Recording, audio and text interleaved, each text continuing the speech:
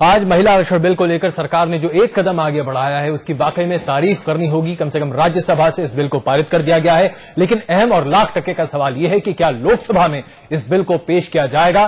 सरकार की मंशा क्या है, सरकार की नीयत पर प्रभु ने तो कम से कम सवाल फिलहाल खड़े किए हैं। सबसे पहले सुभाषिनी जी से पूछने, सुभाषिनी जी, आपको लगता है कि सरकार की नीयत है कि लोकसभा में इसे पेश कर पारित कराया जाएगा, और क्या इस सत्र में ऐसा होना संभव है? अब इस सत्र में होता है कि कब होता है, लेकिन अगर सरकार ऐसी करती है तो फिर सरकार किसी को मुंह दिखाने के काबिल ही नहीं रहेगी। जहां पर उसके वो अल्पमत में है वहां हम लोगों के तो उन्होंने पारित करा दिया, और जहां उनका अपना बहुमत है अगर वहां वो डरेंगे तो फिर वो क्या मुंह दिखाएंगे इस देश को, ये भी एक बहुत बड़ा सवाल है। बिल्कुल, इसका जवाब लेते हैं जी, इसका जवाब लेते हैं मनीष जी से। मनीष जी, उनको अपना रवैया बदलना पड़ेगा।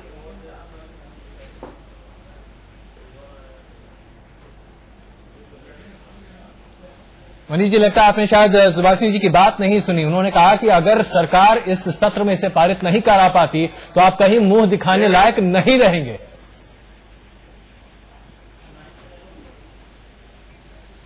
देखिए, मुझे सुहासिनी जी से किसी किस्म के प्रमाण पत्र की कोई आवश्यकता नहीं है। कल इस समय जब इस विधेयक के ऊपर बहस हो रही थी तो हर व्यक्ति को ये लग रहा था कि ये राज्यसभा में पारित नहीं होगा, पर यूपीए की सरकार ने राज्यसभा में पारित करके ये दिखाया है कि उसकी नीति और नियत में कोई फर्क नहीं है।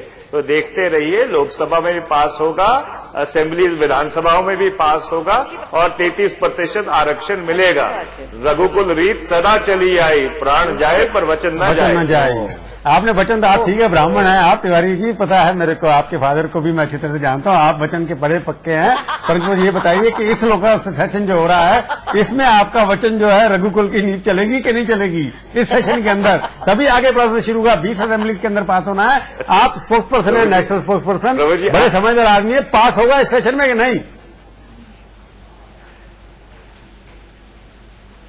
देखिए प्रभु जी, मैं आपकी बहुत इज्जत करता हूं और जो आपकी राजनीतिक समझ है उसका बहुत ज्यादा आदर करता हूं। आज आप सेंट्रल हॉल में थे, ये सवाल कोई प्रवक्ता के जवाब देने का नहीं है। सबसे पहले जो फ्लोर मैनेजर्स हैं उनको अपनी रणनीति तय करनी है। आज ही राज्यसभा से बिल पारित हुआ है, अब वो बैठ के अपनी रणनीति तय करेंगे। पर मैं एक बात बहुत भरोसे से कह सकता हूं कि यूपीए की सरकार श्रीमती सोनिया गांधी जी की नियत और नीति में कोई फर्क नहीं है। हम कटिबद्ध हैं कि इसके साथ मनीष जी ये और कह दीजिए कि भारतीय जनता पार्टी हमारे साथ कंधे से कंधा मिलाकर है। रविशंकर, हम अभी रविशंकर जी हैं, उनसे पूछ ही लेते हैं। रविशंकर जी बताइए, वचन निभाएंगे? पहले आप अपना चरित्र ठीक कीजिए, पहले आप अपना मुझे आपसे कोई प्रमाण पत्र चरित्र की जरूरत नहीं है। सवाल ये पूरे हिंदुस्तान के राज्यसभा में 80% महिलाएं जिनके लिए हम लोग लड़ रहे थे ये जानती हैं। ये चरित्र आपका सही करेंगे, अगले चुनाव में आपका चरित्र सही कर देंगे कांग्रेस और बीजेपी का। अगर आप 80% महिलाओं के लिए लड़ रहे हैं तो रविशंकर जी से पूछ रहे हैं, टिकट क्यों? रविशंकर जी, आप जरा चर्चा में शामिल हो। ये बताएं कि कांग्रेस कह रही है कि के बाद हाल हुआ था, बाद में हाल होने वाला है। कमल जी, जरा रविशंकर जी को आने दीजिए चर्चा में। रविशंकर जी, कांग्रेस कह रही है कि वो अपना वचन निभाएगी, कब, इसके बारे में कुछ नहीं कह रही। और आपका समर्थन है कि नहीं है?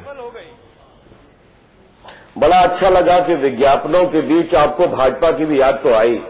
एक बात मैं जरूर कहूंगा प्रभु चावला जी कि कमाल खान से मेरी बात मत कराइए आप। ये मैं बहुत विनम्रता से आग्रह करूंगा। क्यों आप राज्यसभा में कही है, देश ने देखा है, अब वो अपनी बात कहें। उनको जो बोलना है, मैं उनकी बात का कोई उत्तर देने के लिए यहाँ पर हम कांग्रेस से पूछ रहे हैं आपसे, कांग्रेस के बारे में पूछ रहे हैं। मैं बता रहा हूं, जहां तक हमारा सवाल है, हमारा कमिटमेंट इस बिल के लिए पर्याप्त है।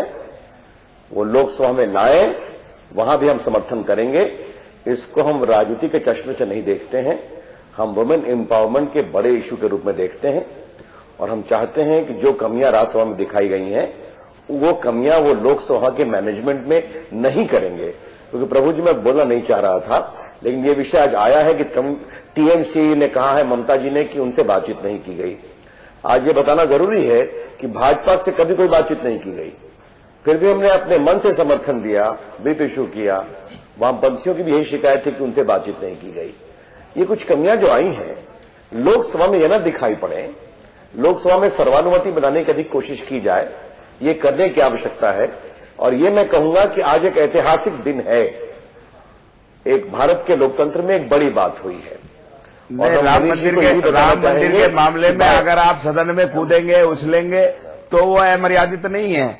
अगर आज हम उन महिलाओं के लिए, मुस्लिम महिलाओं के लिए, पिछड़ी महिलाओं के लिए अगर अपनी बात कहने के लिए बेल में चले जाएंगे, वो अमर्यादित है। मैं आप एक बात बता रहा हूं, मैं एक इंटरव्यू कर रहा हूं, तो मेरा लगता क्या है कि आरजेडी, मुलायम और इन सबकी स्ट्रैटेजी ये लगती है। मनीष भाई, ये आपके लिए सवाल है, स्ट्रैटेजी इनकी ये लगती है, जिस तरह से बहस कर रहे हैं कल से, ये कि किस तरह से मुसलमान भाई के वोट आपकी तरफ। एक मिनट पूरी बात करने दीजिए मेरे को। एक मिनट प्रभु जी, एक बात बोलने दीजिए कि उपराष्ट्रपति के ऊपर चढ़ के उन पर हमला करना, ये कौन सा आचरण है? चलिए मैं ऐसा है, प्रोसीडिंग है आपके।